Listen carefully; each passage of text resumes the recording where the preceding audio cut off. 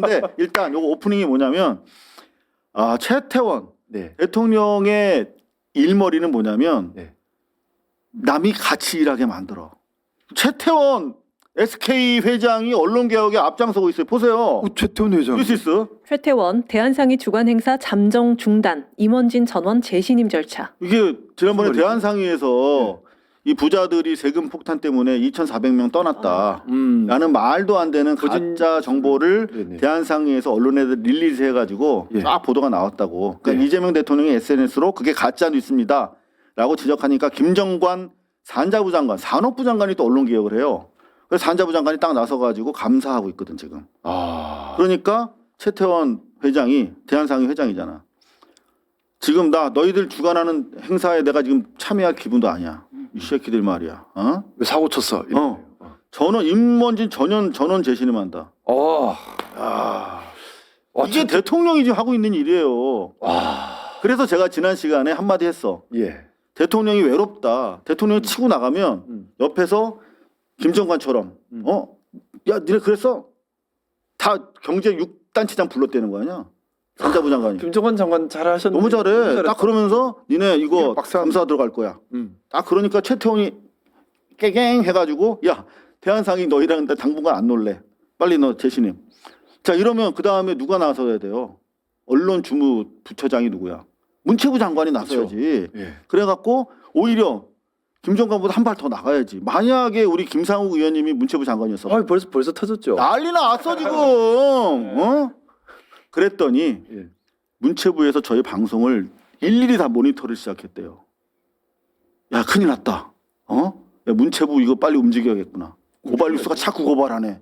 그러면서 계속 고발할 겁니다. 이게 이게 언론의 기능이죠. 네, 역대 정권에서는 뭐 조중동이라 하면서 외국 보도 이렇게 뭐 정정 보도 신청하고 이렇게 멈췄는데 이재명 대통령이 지금 하는 언론 개혁은요, 이 시스템 제도를 근본에서부터 다시 허물고 쌓아 나가는 그런 작업들을 하고 있거든요. 또 그냥 옛날 생각으로 조중동 때려잡자가 아니야. 네. 아예 시장을 지금 바꾸고 있습니다. 자 그런 가운데 너무 좋네요. 이재명 정신으로 언론의 새로운 지평을 위해서 싸우고 있는 국회의원이 있습니다. 한국기자협회. 김사공 의원, 지역 언론 모독 발언 사과하라. 네.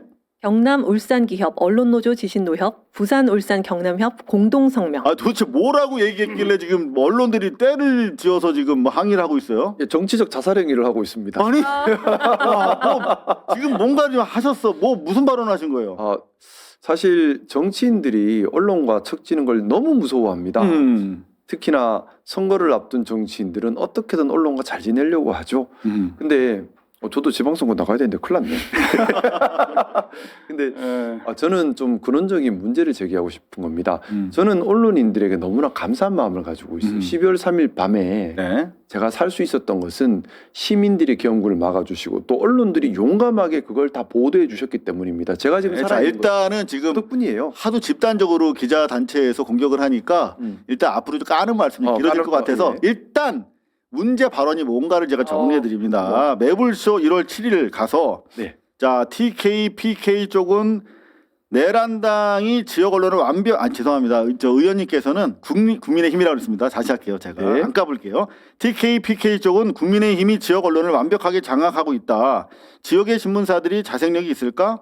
신문 요새 누가 보나? 그러니까 이 지역 언론을 소위 말하면 정부 광고 집행을 지방 정부들이 하기 때문에 국민의힘 지자체장이 돈 가지고 줄을 세워서 사실상 지역 언론들을 요리하고 있다라고 하는 취지 그런 것들을 날카롭게 비판하시면서 대안을 모색하신 거잖아요. 예, 제가 좀 말씀을 드려도 될까요? 네, 이제 가십시오. 이게 기득권 카르텔이 돼버린 겁니다.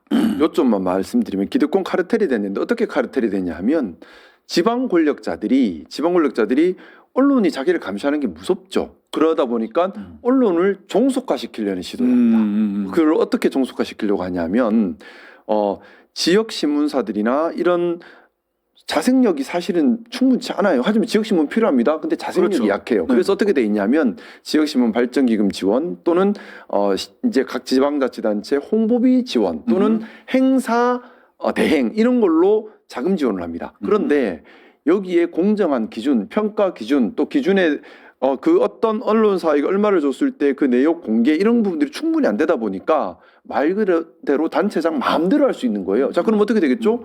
단체장이 자기를 비판하는 권력 견제 기능을 수행하는 언론에게는 다 잘라버리고 광고 잘라. 반면에 나의 나팔수 해주는 언론에게는 집중 지원을 해버리죠. 그러면 언론들은 당연히 당장 유지하기 열악하니까, 위해서 재정이. 기대버리는 거예요. 자, 그러면 어떻게 해야 될까요?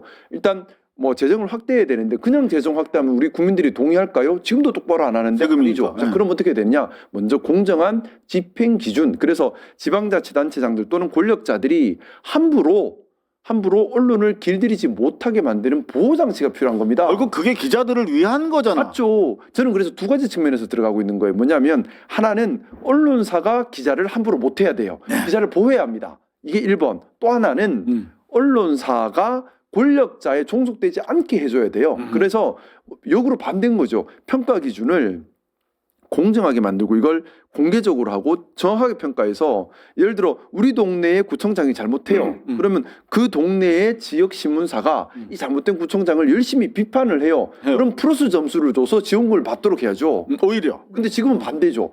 비판하면 문 닫아야 돼요. 이걸 바로 잡아야 된다는 겁니다. 또 하나 있어요. 반대 측면도 있습니다. 뭐냐면 지역 언론사들 보면 대부분 지역에서 사업을 크게 하는 유지들이 실사주로 가지고 있는 경우들이 있어요. 그러면 여기 상당수는 사람들이 또 이제 건설 건축업자들. 여기가 언론 그러니까 그래서 기자들을 보호해야 되는 겁니다. 기자들을 보호하지 않으면 어떤 문제가 생기냐면 실사주가 바지 사장을 통해서 기자들에게 오다를 내리고 이걸 가지고 권력을 또 길들이게 합니다. 자, 그러면 여기서 카르텔이 생기는 거예요. 뭐냐면 권력 입장에서는 언론을 종속화시키고 길들여야 되는 니즈가 있고요.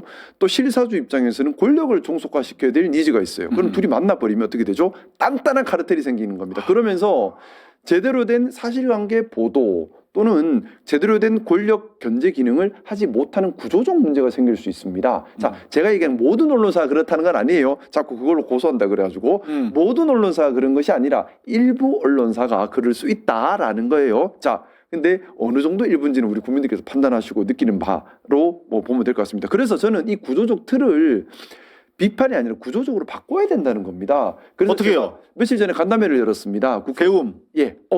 거기에 저 언론 운동 하던 분들이 많이 계시거든요. 예, 그 한 4시간 동안 풀로 뜨거운 간담회가 있었는데 그래서 관련한 내용을 정리해서 입법 개정안을 좀 준비하고 있는데 첫 번째는 신문 발전 기금이나 네. 아니면 홍보비나 이런 것을 집행할 때에 집행 기준을 만들어야 된다는 겁니다. 그냥 지방자치단체장이 실질적 영향력 아래 둬서는 안 된다는 거죠. 그러니까. 집행 기준을 만들고 그러니까 실제로 지금 우리 불출하는 전체 규모가 1조 3,580억 정도 되는데 네네. 그 중에서 한 60% 정도를 지자체에서 불출해요. 그러니까 실제 중앙에서 그걸 가지고 할 수 있는 게 별로 없어. 맞습니다. 네. 예. 근데 그 기준을 이제 실질적으로 그렇게 한다는 거예요. 실질적으로 집행할 때 이걸 잘 집행하려면 기준을 만들어야 하는데 그 기준의 지표에 들어가는 것이 단순히 뭐 반응 부수가 많다 이게 기준이 돼서 되는 것이 아니라 자체적으로 생산한 기사 그리고 그 기사가 공정한지 여부 또 권력 견제 기능을 하고 있는지 여부 또 지역의 소식들을 가지고 지역의 공동체를 만드는 데 기여하고 있는지 여부 이런 것들로 공정한 기능 측면으로 가야 돼요. 이게 뭐 중요한 것이요. 산업으로 접근해 버리면 틀리는 거예요. 산업으로 접근하면 안 되고 민주주의를 지키고 우리 공동체를 지키는 기능 개념으로 접근해서 이 기능을 잘 수행하고 있는 곳에 발전 기금이 가야 되는 거죠. 그리고 이게 다 공개돼야 됩니다. 그리고 이걸 집행하는 이 기준에 따라 평가하는 사람들이 또 공정하게 구성이 돼야겠죠. 그 맞습니다. 그런 것에 대한 의견들을 듣고 이걸 입법으로 좀 바꿔보기 위한 노력을 하고 있습니다. 네, 우리 김상욱 의원님이 보면 전문가신데 하나만 저기서 보충을 하자면 네.